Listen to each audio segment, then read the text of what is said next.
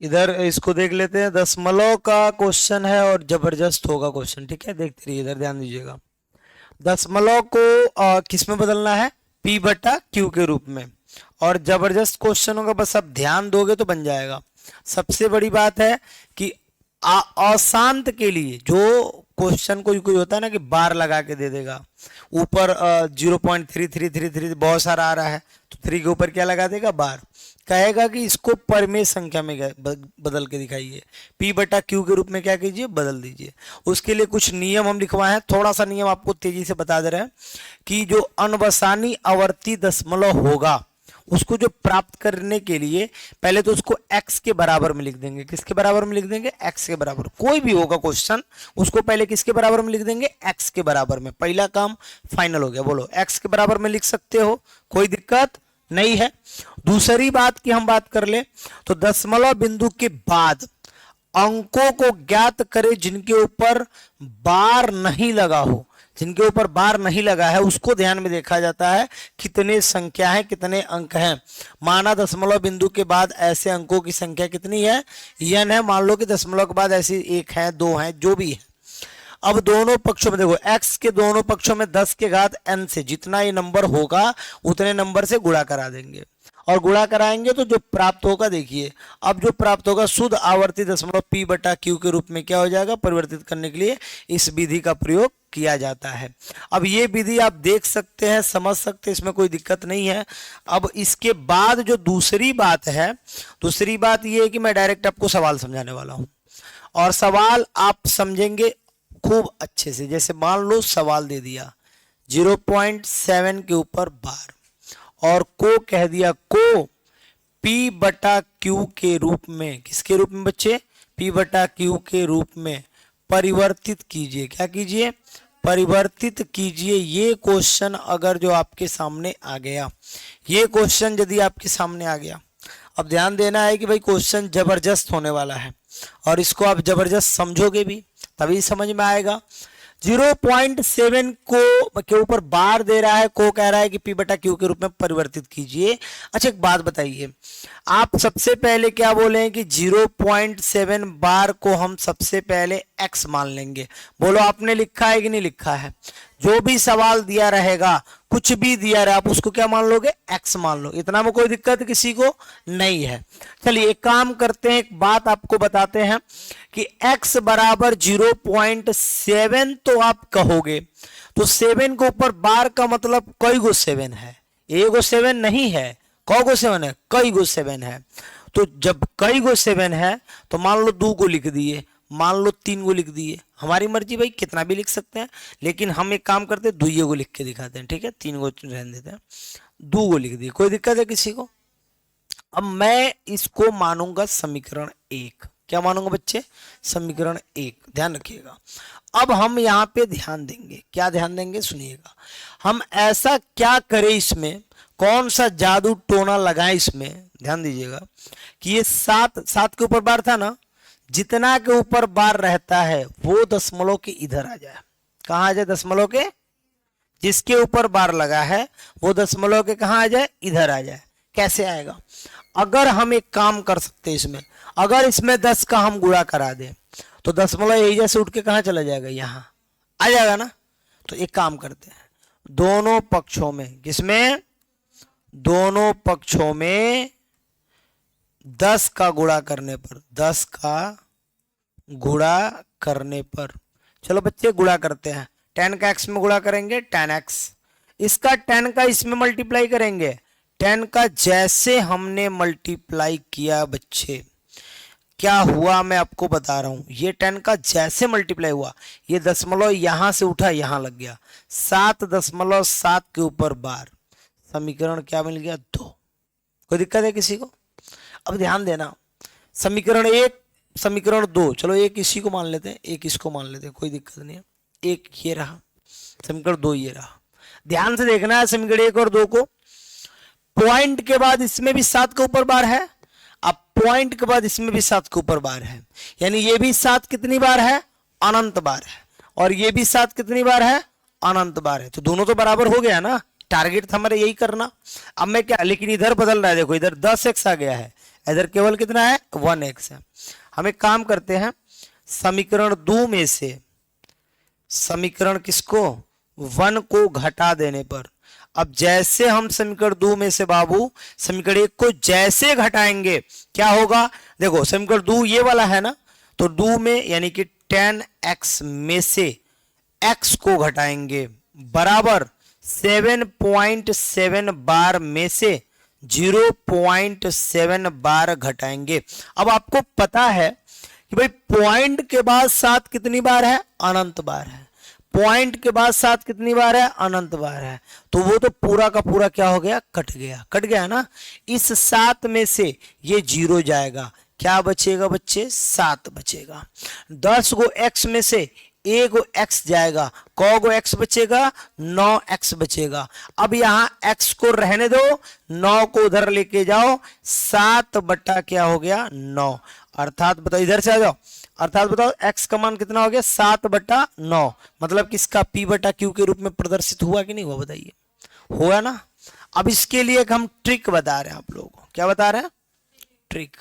अब ये ट्रिक इधर से आ जाओ, ट्रिक्स क्या है इसके लिए थोड़ा ध्यान दीजिएगा। अब इसके लिए जो ट्रिक है वो आपको थोड़ा सा समझना पड़ेगा।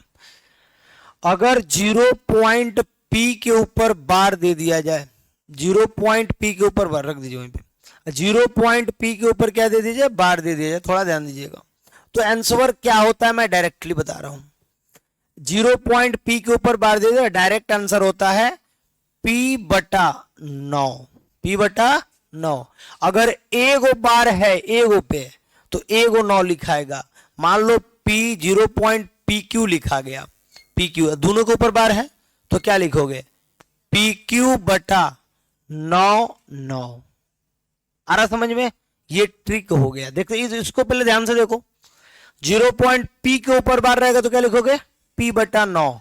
0.pq के ऊपर बार रहेगा तो क्या लिखोगे, pq बटा 9 9। दूगो के ऊपर बार है ना तो दूगो 9। अच्छा अगर ये pq और r होता, 3 गो होता, ठीक है, तो क्या आंसर लिखा था बच्चे, pqr बटा 9 9 9, आंसर होता धाए दे।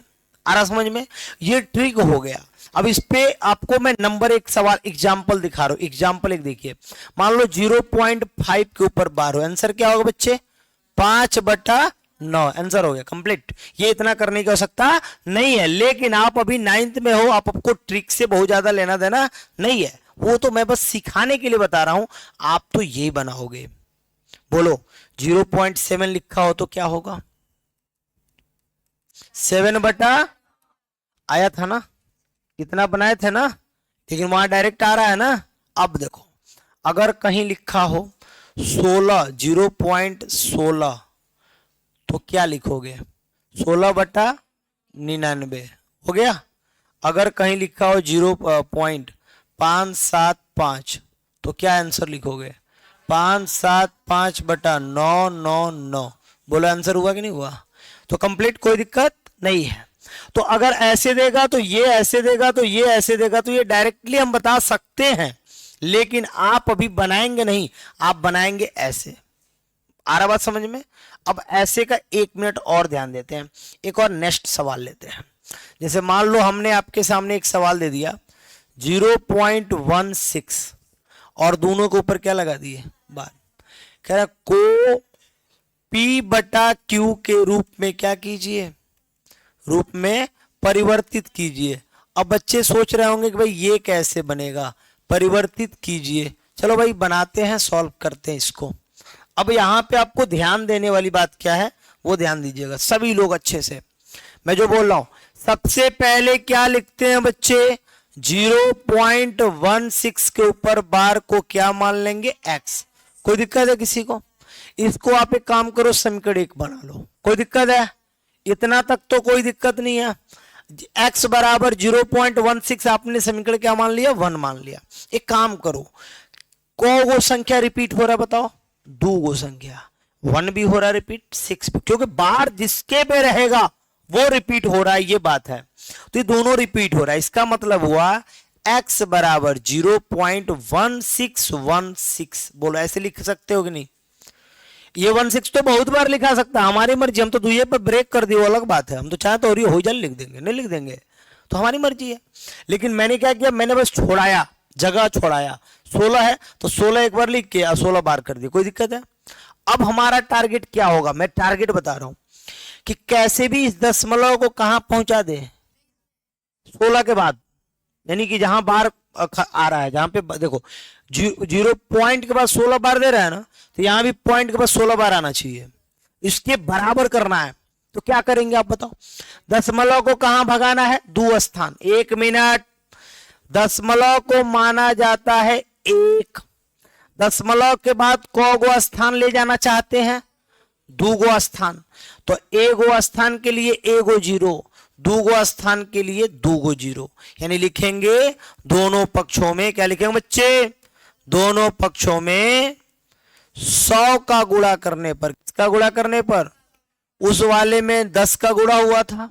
क्यों 10 का गुणा हुआ था, क्योंकि 1 स्थान था ना बाबू, इसमें कौगो स्थान है, 2 स्थान है, तो भाई कितना लगेगा, 0 2। दशमलव को कभी क्या मानोगे, 1। अब जो स्थान जाना होगा तो वो 0 लगा देना, हो जाएगा काम तुम्हारा, हो गया। तो घबराना नहीं है, 100x का दोनों पक्ष में गुणा कराना है। यहां गुणा कराओगे तो क्या होगा, 100x, यहां गुणा कराओगे तो क्या होगा, 16.16 का बार। बोलो ये ना होगा, डायरेक्ट लिख दे, कोई दिक्कत है किसी को, अरे जैसे 100 का गुणा कराओगे दशमलव यही से हट के ही आ जाएगा, वही तो टारगेट भी था और वो काम पूरा हो गया। ये समीकरण कितना हो गया, 2।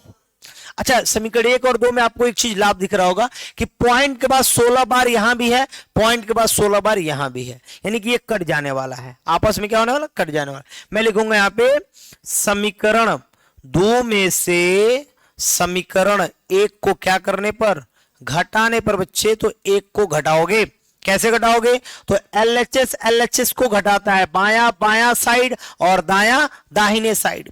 तो 100x में से आप घटाओगे केवल x को, फिर क्या बचेगा, ये देखो 16.16 बार में से आप घटाओगे 0.16 बार, पॉइंट बार खत्म, पॉइंट बार खत्म, तो 16 में से 0 गया, क्या बचेगा 16, और 100 में से 1 गया, क्या बचेगा 99x, और x बराबर क्या हो गया 16/99। अब आप बताइए, यहां पे थोड़ा ध्यान दीजिएगा, 0.16 का मैंने डायरेक्ट क्या लिखा था, डायरेक्ट लिखा था, और यहां मैं आपको बना करके भी दिखा दिया 16/99। तो ट्रिक भी आप उतार लेंगे साथ साथ में, है ना। तो कहां से उतारना है आप लोगों को, यहां से उतारना है, ये वाला उतारना है, और इसके बाद तुरंत जो है वो वाला उतारना है, ठीक है। तो इसको नोट कीजिए फटाक से।